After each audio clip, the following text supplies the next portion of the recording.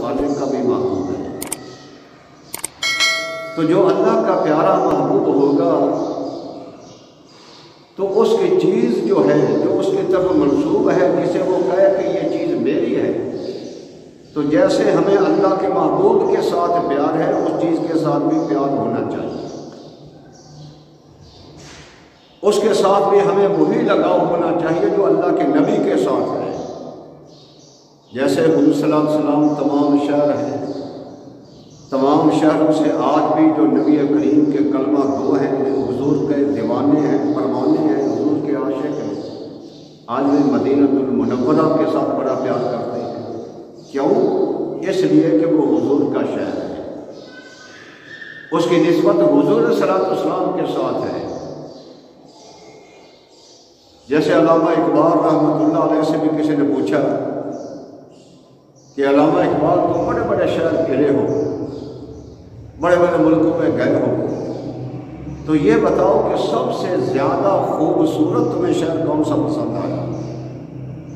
تو علامہ اقبال رحمۃ اللہ علیہ فرمانے لگے کہ میں نے بڑے شہروں کو دیکھا، بڑے ملکوں میں گیا ہوں، لیکن جتنا میں نے شہر خوبصورت دیکھا ہے، شہر تو کجا رہا، شہر کی بات کو وہ تو میں کر سکتا ہی نہیں ہوں، بلکہ اس شہر کی جو مٹی ہے وہ مجھے تمام شہروں سے افضل و اعلیٰ نظر آتی ہے۔ وہ کون سی؟ وہ مدینہ المنورہ ہے۔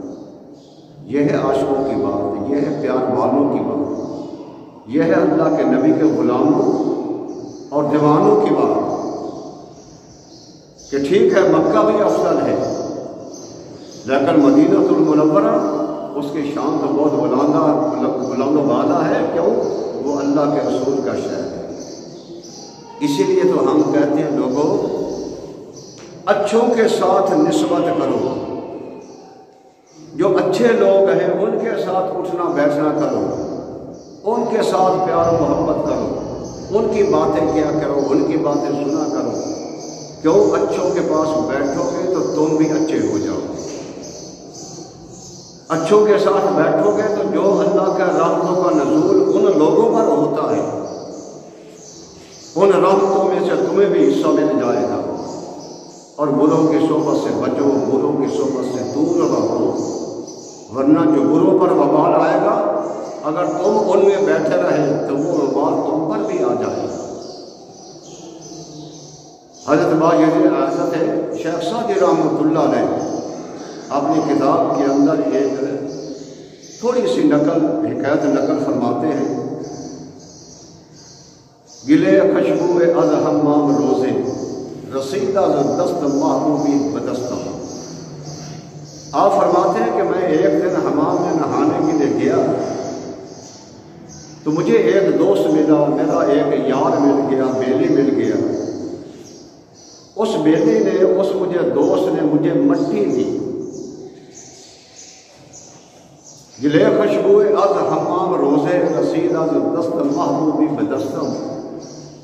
تو مجھے دوست نے وہ مٹی دی تھی، لیکن مٹی کو میں نے سونگا تو اس میں سے خوشبو آ رہی تھی۔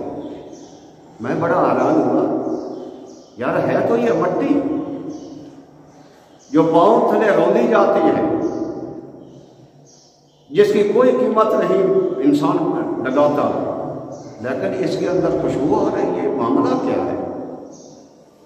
بدو گفتم کہ مشکی یا امیری زے خوشبو دلا وے زے تو مستم۔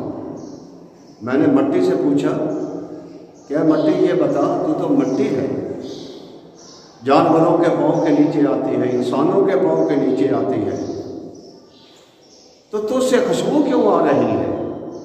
تیری خوشبو نے تو مجھے مست کر دیا ہے، میرا دماغ معطل ہو چکا ہے۔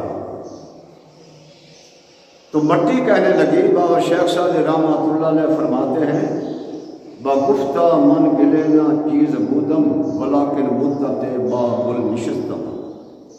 بابا شیخ سعدی ٹھیک ہے میں مٹی ہوں، میری کوئی قدر و قیمت نہیں ہے، لیکن بات یہ ہے کہ جو مجھ سے خوشبو آ رہی ہے اس لیے کہ میں کچھ دیر پھولوں کے ساتھ بیٹھی ہوں، پھولوں کے ساتھ میرا تعلق ہو گیا ہے، پھولوں کے ساتھ میری نسبت ہو گئی ہے، اس وجہ سے آج مجھ سے بھی خوشبو آ رہی ہے۔